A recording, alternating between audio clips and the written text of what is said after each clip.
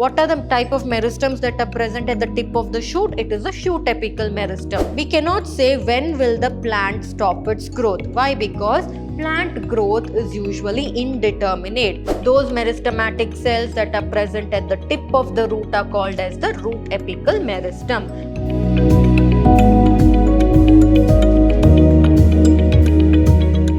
Hello everyone, a warm welcome to a new chapter, that is plant growth and development. I'm Dr. Divya, Biology Faculty, Vidhyaashram Pre-University College, Mysuru, Temple of Excellence. So we all have wondered, like, from one particular single embryo which gets formed into a zygote, and that zygote develops into a complete new plant. So imagine one embryo. From that, how would a new plant completely develop? It is very astonishing, right? So we know, like, first the roots develop, then comes the shoots, then after that the leaves start to develop out of it, that is the two-leaf stage of the plant, and from that the branches will start to develop, and after that we have the development of the flowers, and in the flowers the seeds will set, the formation of the fruit, everything occurs, that too in a orderly manner or in a sequential manner. And all this is very amazing to learn. How actually do they grow? What are their growth rates? What are the factors that are responsible for them to grow? What are the cells that actually helps the formation of such parts in a plant? So all that we shall study in this particular chapter of plant growth and development. So far in the previous chapters relating to the plant, we had studied about the morphology of flowering plants, the anatomy and the structural organization in the flowering plant and all that. But exactly what are the cells involved? How do these cells grow, therefore resulting in the growth of the whole plant, will be studied in this particular chapter of plant growth and development. So in today's session, we shall begin with studying about the plant growth. So plants, actually how they grow from a single seed. So that single seed, from the embryo part of the seed comes out, that is the hypocotyle region. So from the cotyledons, so the seeds, we know that in a dicot, if it is a dicot, the dicots are made up of two cotyledons, right? So dicotyledon. So they have the cotyledons, and between the cotyledons we can see the presence of a embryo. And the main function of the cotyledon is not just to provide nutrition to the developing embryo, it also provides protection for the developing embryo. And once the seed is either sowed in a soil with enough or optimum level of moisture, or once the seed is soaked in water, they will start to sprout or they will start to germinate. So that is when from the epicotyle region the root will develop, and hypocotyle region or the epicotyle region the shoot develops, and the hypocotyle region the root develops. So epi means top layer. So from the top the development of the shoot occurs, and from the bottom the formation of the root will occur, that is the epicotyle. Cotyle because they arise from the embryo that is present in the cotyledon region, and we know that that particular region as a radicle and the plumule. So from the plumule that is present in the epicotyle region the shoot will arise, and from the radicle that is present in the hypocotyle region the root will arise. So all these we have seen. So first, actually the development of the root will take place, because once the root forces itself or starts growing itself into the soil, then it can draw the nutrition from the soil and moisture from the soil and provide it for the growth of the shoot. So that is how. And when we look after a few days, what happens? We can find out that from the cotyledons, that is the seed coats and all, they start to fall off from the cotyledons. The cotyledons will open up and it will come raise above the soil. It will come above the soil carrying the leaf. So if you carefully observe, you can see small tiny leaf-like structure packed inside the cotyledon. So that is when the formation of the leaf actually starts. So after a few days, in the epicotyle region, the shoot will start to arise, wherein it will carry the cotyledon. So we had it is very like amazing to observe, because we had put the seed in the soil, but after few days when you see, the seed would have come out of the soil, wherein it is holding the seed, that is the cotyledon, above the soil surface, wherein a small epicotyle hook and the epicotyle holds the seed above the soil surface, and it is from that cotyledon region the leaf will start to develop. So the leaves will start to develop, it will grow further, that is a shoot from the epicotyle region, it will start to grow, and therefore the two leaf stage will start. So the first stage of the leaf formation in a plant during its growth is called as the two leaf stage. So first two leaves will start to form, and then here also they will start to grow. Why growth will occur at the tip is because of the presence of the shoot apical meristem. So the shoot apical meristem. So apical means at the tip. What are the type of meristems that are present at the tip of the shoot? It is a shoot apical meristem. And likewise, in the tip of the roots also, there is present the root apical meristem.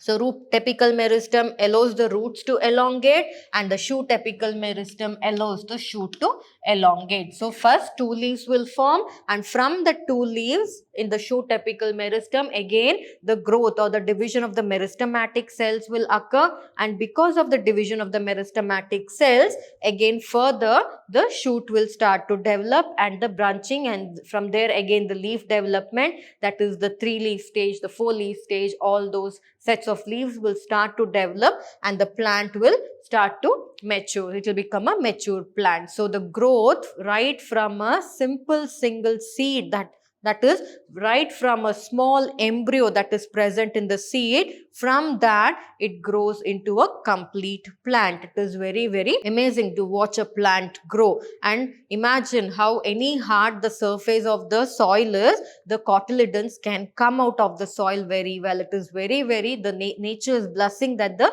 seeds have. So that is about the growth. Next, talking about the growth in detail.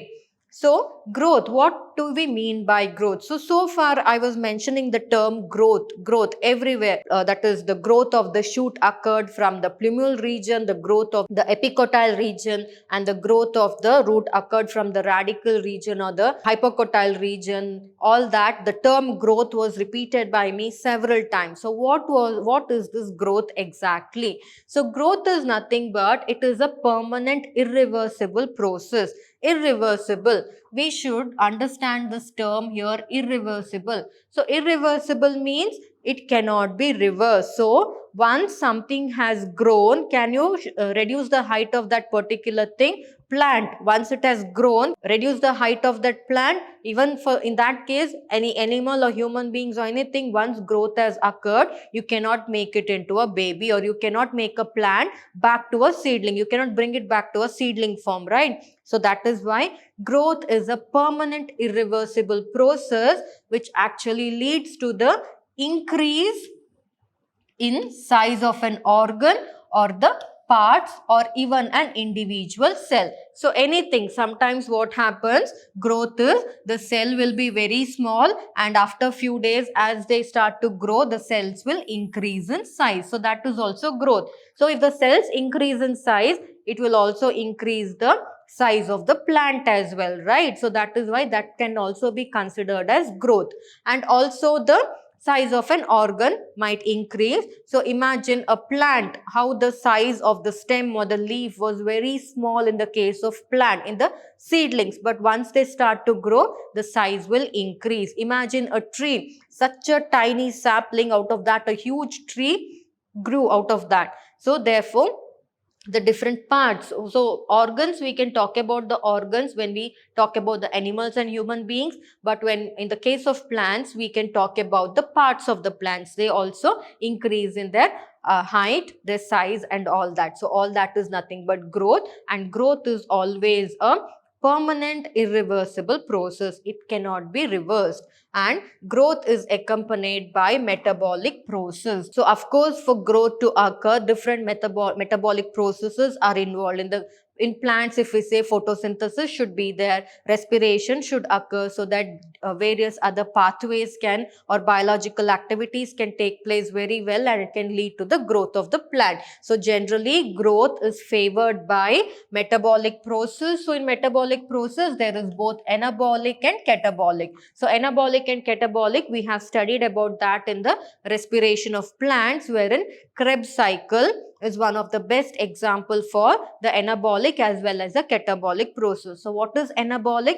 Anabolic process is a kind of metabolic pathway during which the substrates or the compounds involving in that particular pathway are broken down in order to release energy. Likewise, catabolism is such a metabolic pathway in which the substrates or substances are formed to favor a particular pathway or to bring about a particular biological activity. So that is about anabolic and catabolic, and these actually occur at the expense of energy. So all this, how energy is got in the form of ATP, everything we have studied in photosynthesis as well as respiration in plants. So both of these, so all these, that is metabolic pathway that we have studied in photosynthesis as well as in respiration of plants, they bring about a growth, they favor the growth of the plant. So if all these occurs properly, then only the plant can grow properly. So when I told you now, the increase in the size of the cell of any part of the plant can also be considered growth. So likewise, say for example, I put a handful of grapes, that is raisins, dry grapes. I soak it in water in the morning, and after few hours if I go and observe, they will swell. That is there. Why do they swell? Because the cell size increased. Now can I consider that kind also as a growth? No, it is not possible. Why? Because once I take the grapes outside of the water and keep it like that for few hours, again it will shrink back to its original size. So that will not. So that is called as imbibition process, wherein they just absorb water and swell for that moment until the availability of water is there. Once the availability of water is not there, then it will come back to its normal size. So that cannot be considered as growth. But the actual growth is when the cells actually grow in size. When it is in a plant, they actually grow in size, leading to the like increase in the size of the stem or the leaf or whatever. So that is nothing but even if an individual cell increases in size, it is considered to be a growth. But the type of growth that I told you, when a cell absorbs water and then increases in size, that we cannot consider as a growth. So therefore, we need to be very careful when we understand, when I use the term the cells increase in size, that is also considered as a growth. So next, talking about the plant growth, which is generally indeterminate. So plant growth is not a determined factor. We cannot say it in a proper way. Why? Because we cannot say when will the plant stop its growth. Why? Because plant growth is usually indeterminate. Say for example, in human beings, they say that once we reach our adolescent stage, or once we become, after adolescence, soon as we hit the adult stage, the growth completely stops. So it is usually said that the growth usually stops at 18 or 21, and the person will stop growing further after that. It is proven, right? But in the case of plants, we cannot determine the growth of a plant, when exactly the plant will stop growing. So that is why the plant growth is generally indeterminate. We cannot decide it. So plants, they retain their growth, the capacity for unlimited growth throughout their life. So until the plant dies, or until they reach their senescence. So senescence means old age of plant is called as senescence. So once they reach their senescence and until they die, the plant continues to grow. So the growth of the plant only stops when it dies. So that is why we cannot predict the growth of the plant. Hence, growth of the plant is considered to be indeterminate. And why is this? So why is the growth of the plant indeterminate? Why can't we determine the growth of the plant? It is because of the presence of meristematic tissue. So plants, say for example, if this is a plant that I have drawn, the shoot region and the root region. So at the tip of the root, that is here also there is present the root apical meristem, and at the shoot there is present the shoot apical meristem. So these meristems which are present at the tip of the shoot and the tip of the root are the ones that are actively dividing, and since the cells are actively dividing, it allows the plant to grow continuously. So until the meristematic cells are there and the plants continue and these cells continue to divide, they will result in the growth of the plant. So that is why, since at the tips, imagine if we also had meristematic cells, we would also be like tall like trees and all that, continuous growth until, imagine what would have happened to human beings if we grew continuously. But our growth is not continuous like that of the plant. Plants, their growth is continuous until they die, especially because of the meristematic cells that are present at certain locations. So certain locations, that is at the tip of the shoot and at the tip of the root. Not just that, at the lateral sides, that is at the side also there is present the lateral meristem. It is called as the lateral meristem. So the shoot apical meristem and the root apical meristem help in increasing the length of the shoot and the length of the root respectively, whereas the lateral meristem actually helps in increasing the size of the plant. So now we'll consider only about the shoot apical meristem and the root apical meristem, because we're talking about the height of the plant, growth in terms of height. But the size, sometimes the size of the plant may stop in certain periods of the plant. But when we talk about the growth in general, the plant growth is quite indeterminate. We cannot fix at what time the plant stops to grow. So that is why it is indeterminate, and we can say that the type of growth is open form. So plants usually exhibit open form of growth. So what is this open form of growth? Open form of growth is nothing but wherein new cells are always being added, right? So imagine I have one particular meristematic cell. This meristematic cell will divide and form two cells. Again, these meristematic cells will divide and form two. Again, they divide and form. Totally now, how many cells did I get? 1, 2, 3, 4, 5, 6, 7, 8. So 8 cells, from one cell 8 cells got formed, from that 8 cells 16, from 16 further on it will continue. New cells will keep on getting added because the meristematic cells will never stop its division process. It is a continuous division process wherein new cells keeps on adding. That is why plant growth is considered to be an open form of growth. It accepts new cells. It readily divides, the cells readily divides to produce new cells. So that is why, because new cells are being continuously added to the plant body, wherein the meristematic cells continue to divide producing new cells, and those new cells again produce new cells, again produce new cells. So that is why it is called as open form of growth. So therefore, now we have understood plant growth cannot be predicted. It is a indeterminate. Growth of the plant continues until the plant dies. It is because of the presence of the meristematic cells. So these meristematic cells, they continue to divide and add new cells to the plant body. That is why the type of growth in the plant is called as an open form of growth, because it accepts the new cells. So that is why.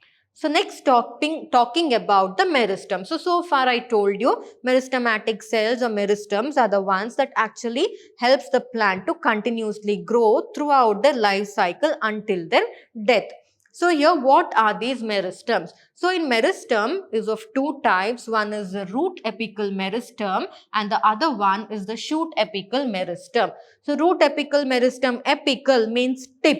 So those meristematic cells that are present at the tip of the root are called as root apical meristem, and those meristematic cells that are present at the tip of the shoot are called as the shoot apical meristem. So if you can see here, this is the shoot. So those meristematic cells present at the tip of the shoot are called as the shoot apical meristem.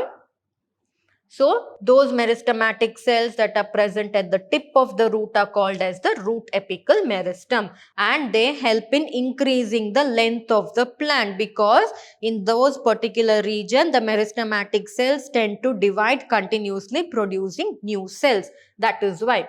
So here, so these, that is root apical meristem and shoot apical meristem, they are responsible for primary growth of the plants.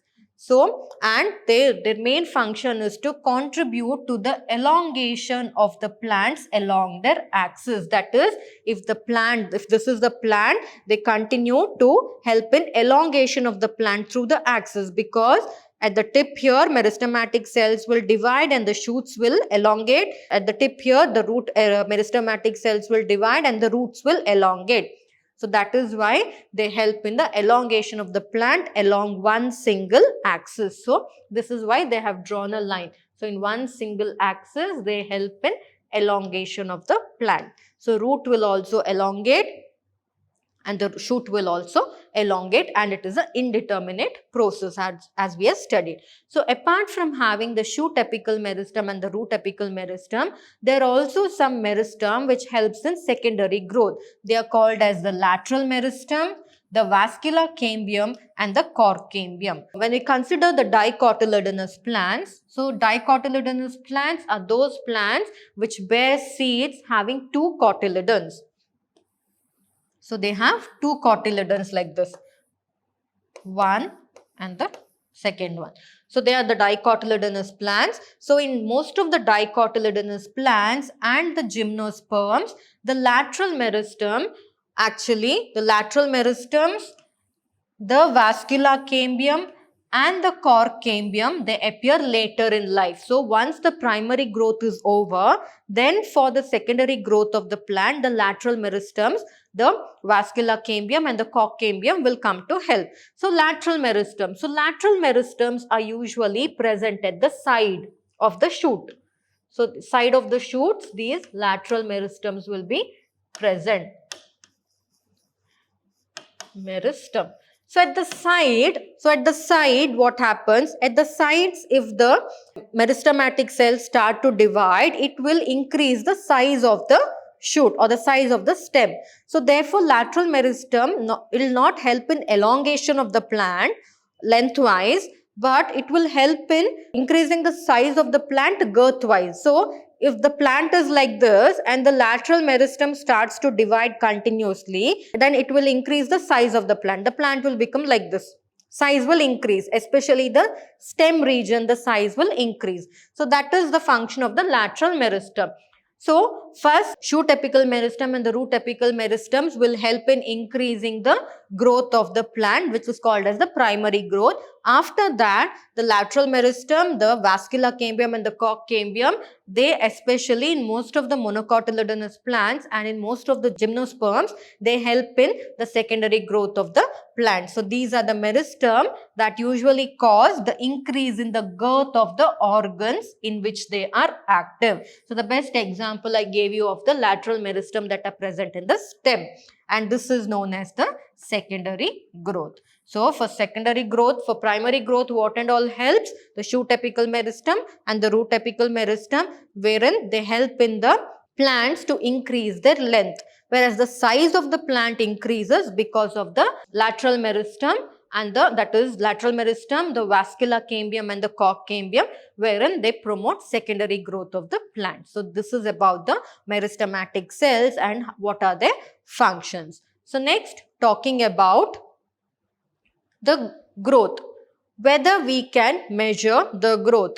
Yes, growth is actually measurable, and the growth is measured by looking into different types of possibilities or parameters should be taken into consideration. So the growth can actually be measured by looking at the increase in the fresh weight. So how you can measure a growth?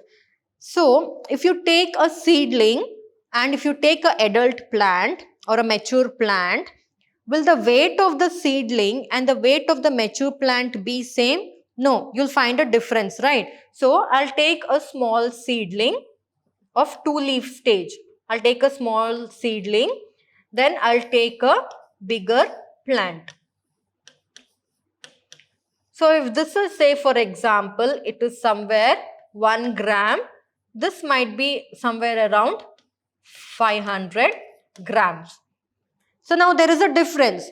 It has increased. The weight of that plant has increased from 1 gram to 500 gram. Now we can say it is growing. Say for example, a child. The weight of the child is continuously measured. Why? Because to understand whether the child is growing or not. So if the child is growing, she or he will put on some amount of weight. Then we can say he is growing. It's not that in the case of adults. For adults, we can consider it to be obesity if the weight is increasing uncontrollably. But in the case of small children, small kids, their growth can be measured not just in the form of height but also their weight, right? So just like that, here also the fresh weight. So as it is, I'll pluck the plant as it is from the soil. 2 plants, 1 small sapling, I'll take it off, and 1 adult plant, and same species, same plant, we'll check the weight. Then we'll understand, okay, the weight of the plant has increased, that is fresh weight, therefore the plant has grown. Otherwise, what we can do is, we can go in for the dry weight of the plant as well.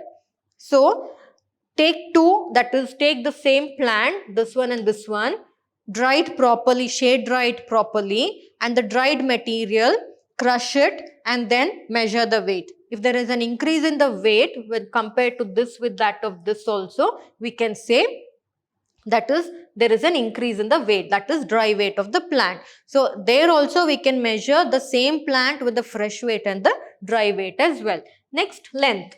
Of course, length. So if this plant only, can I say this plant has grown? So if this plant, if it increases its height, then only I can say that the plant has grown, right? So therefore, the length of the plant, by measuring the length of the plant also, that is the length of the plant also, we can consider the plant has grown.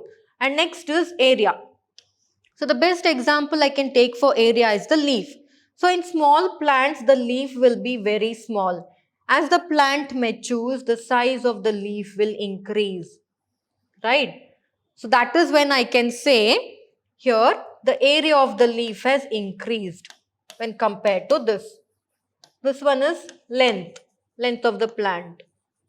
Here area of the leaf has increased. So by measuring the area of the leaf also we can say whether the plant has grown or not. Next is volume. So by looking at the volume of the plant also we can say, and by looking at the cell number also we can say whether the plant has grown. Of course, immature plants will have very few cells. Those cells will divide. That is why when the number of cells increases, that will result in growth of the plant, right? So that is why by counting the number of cells also we can say whether the plant has grown or not. So, the growth of a plant can be measured by various parameters such as increase in fresh weight, increase in dry weight, the length of the plant, the area of the plant, the increase in volume and the increase in cell number of the plant. So, one best example we can take of is of a maize root. So, one single maize root apical meristem can give rise to 17,500 new cells. Imagine one single meristem, that is meristem of maize, that is root apical meristem. It was just one single. It can give rise to somewhere around 17,500 new cells. Why? Because the meristematic cells are continuously actively dividing. That is why. So that can be, now we are considering this increase in cell number. Here from one cell, 17,500 cells. Imagine that too per hour. In 1 hour, one single meristematic cell can divide to produce new cells. That too how much? 17,500. Imagine how quick it is, how it is such a astonishing process that we see here, right? So wherein growth can also be expressed as increase in cell number. So it is proved. I told you cell number is also one of the parameters for the increase in growth. Here from one single cell, one single meristematic cell divided to produce within an hour, it produced 17,500 new cells.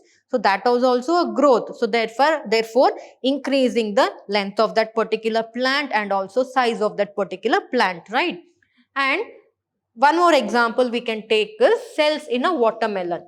So cells in a watermelon may increase in size up to 3,50,000 times. So increase in size. So one cell which was small increased in size. So therefore increase in the size of the cell is also a growth. So increased in size.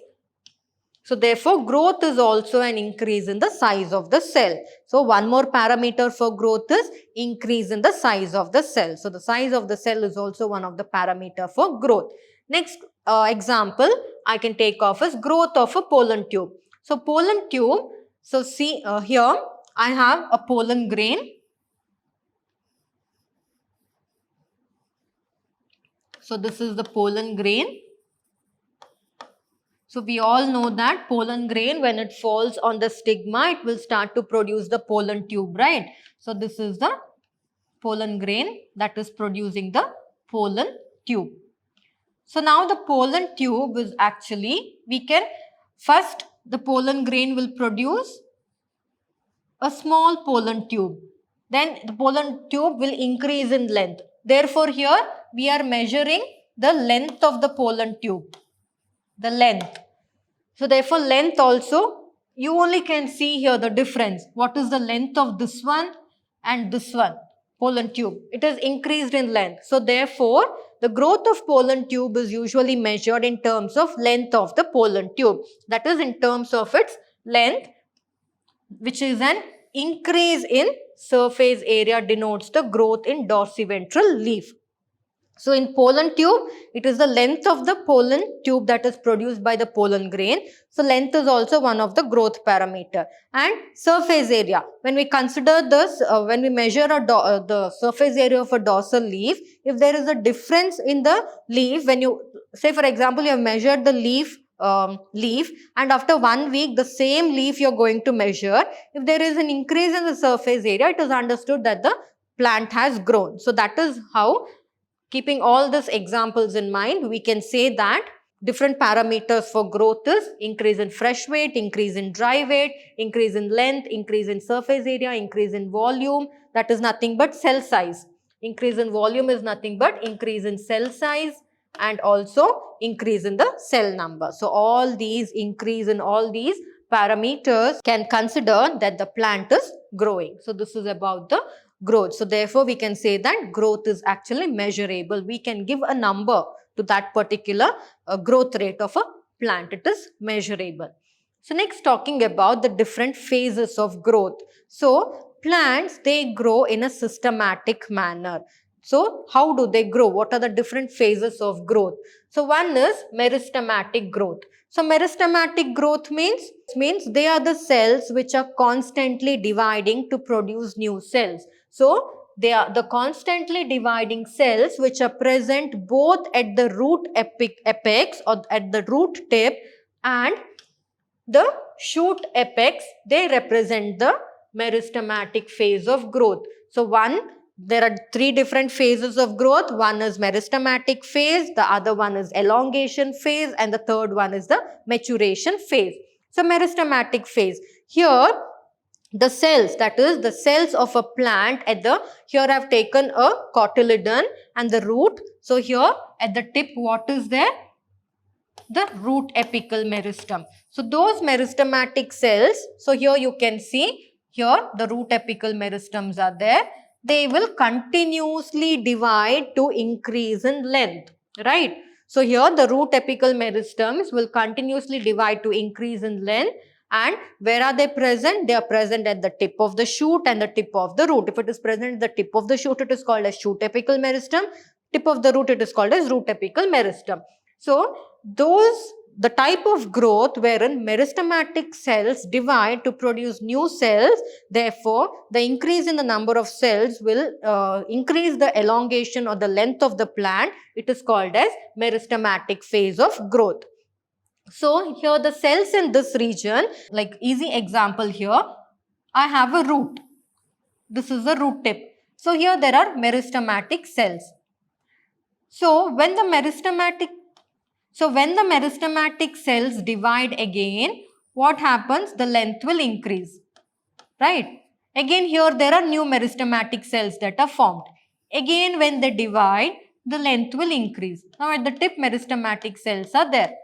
So we know that meristematic cells are there, that is why the root is elongating. So this is one best example that I can give of.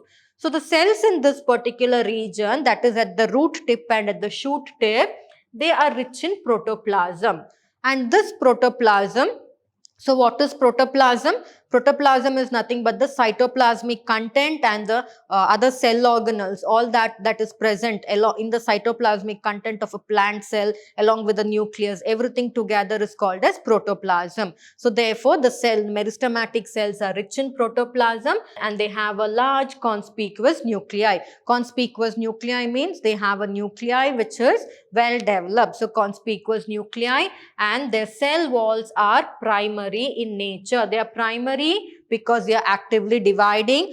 They will not attain maturity because they are actively dividing. They are thin and cellulosic with abundant plasmodesmatal connections. So what is plasmodesmatal connections? If two cells are there like this, it is a network that forms a connectivity between two cells so that the cells can communicate with each other in order to exchange the materials whatever is required. So those are plasmodesmatal connection. So this is about the meristematic phase of growth, wherein the meristematic cells are involved in the growth.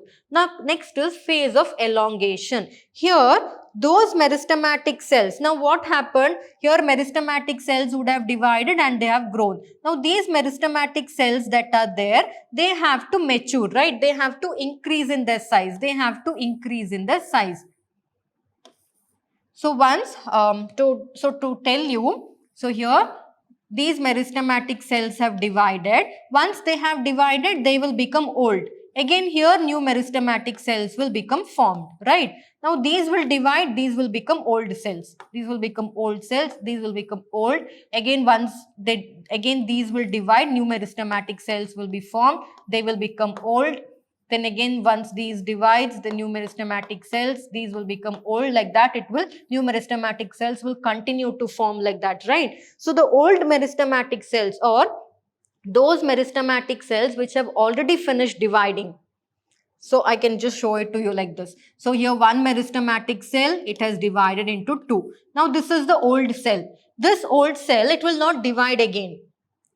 What will happen instead? It will increase in its size. It is called as elongation. So that is it. So here the cells proximal or just which are away from the tip. So this is the meristematic zone. This is the meristematic zone and this is the zone of elongation. It is a zone of elongation. So here those meristematic cells, old meristematic cells that were there, they will actually start to increase in their size. So that is what is, those are nothing but that is the region of elongation. So the cells which are just lying next to the tip of the root or the shoot, that is to the tip of the meristematic zone, they actually represent the phase of elongation. So here what happens? The cells will increase in size. Why do they increase in size? They increase in size because of vacuolation, because of the enlargement that is taking place in the cell, and because of the formation of new cell wall deposition. They are just entering into a maturation phase. The new cell wall deposition. So because of all these, the cells will elongate. So the cells of this. So imagine meristematic cells had very poorly developed cell wall. They had just had primary cell wall. And what else? The cell wall was very thin and cellulosic in nature and all that. But along the cells, the meristematic cells, the old meristematic cells will now elongate and they will enter into the elongation phase. So those cells which are in the elongation phase, they are actually, they increase in size because of increase in vacuolation, because of the cell enlargement, because of new cell wall deposition and all that. Next, these elongated cells, they will enter into maturation. So what happened? Now I had shown you here the elongated cells. So what did I say? So now the meristematic cell, it divided to form new meristematic cells. These will divide to form new meristematic cells. So now this is the meristematic zone. It is a meristematic zone. This will be the zone of elongation. Here the cells would have started to elongate. Now these elongated cells, they have to mature. That is the zone of maturation. So now the zone elongated cells, they will have to mature. So further away from the apex or more proximal to the phase of elongation, that is right above the phase of elongation is present. So somewhere here we have the maturation phase, somewhere there. So right above the zone of elongation lies the portion of axis which is undergoing the phase of maturation. Here the cells are maturing. So once the cells mature, they will no longer divide.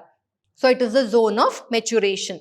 So the cells of this zone attain their maximum size in terms of wall thickening. So the elongated cells will now start to increase in size. So they'll increase in size because of wall thickening, and also they will undergo some protoplasmic modification. Therefore, the cell will increase. So when the cells increase, the growth of the plant will occur. Imagine in one small plant, small cells were there, the plant will be just of this size, right? And the length also will be so much. But once the meristematic cell starts to divide, it starts to increase in size, then it starts to divide, forming new cells. Like this, the size of the plant will also increase. So cells again, they will increase, new cells will start to form, meristematic cells. Again, the meristematic cell will enter into the phase of elongation. Again, they will enter into maturation. So this particular process continues throughout the life of the plant. So that is why the growth of a plant is always indeterminate. So this is about the phases of growth, wherein we studied about meristematic growth phase, elongation phase and maturation phase. Elongation phase and maturation phase. So I hope you understood this session well, wherein we studied about the growth of a plant, wherein we understood what exactly is growth. So we came to know that growth is a permanent, irreversible process wherein the plant increases its size, height, etc. And also we understood what are the different phases of growth, that is the elongation phase, the maturation, that is first is the meristematic phase, then the elongation phase and then the maturation phase. And also we understood what is the function of the shoot apical meristem and the root apical meristem, as well as the lateral meristem, the vascular cambium and the cork cambium. And we also learnt about the different parameters in order to consider that the plant is growing, wherein we understood that the increase in the length of the plant, the size of the cells or the volume of the cells, the increase in cell number, the increase in the surface area of the plant, the increase in the weight of the plant, be it the fresh weight or the dry weight, and the increase in the size, all that we can consider as parameters of growth of a plant. So I hope you understood this very well. So in the coming session, we shall study about the growth rate of a plant, like how much, how fast do they grow, what time do they take, so the growth rate of the plant, and we shall also study about the conditions for the growth of the plant. So what are the conditions that are required if a plant has to grow properly? So we'll meet again in the coming session. Thank you.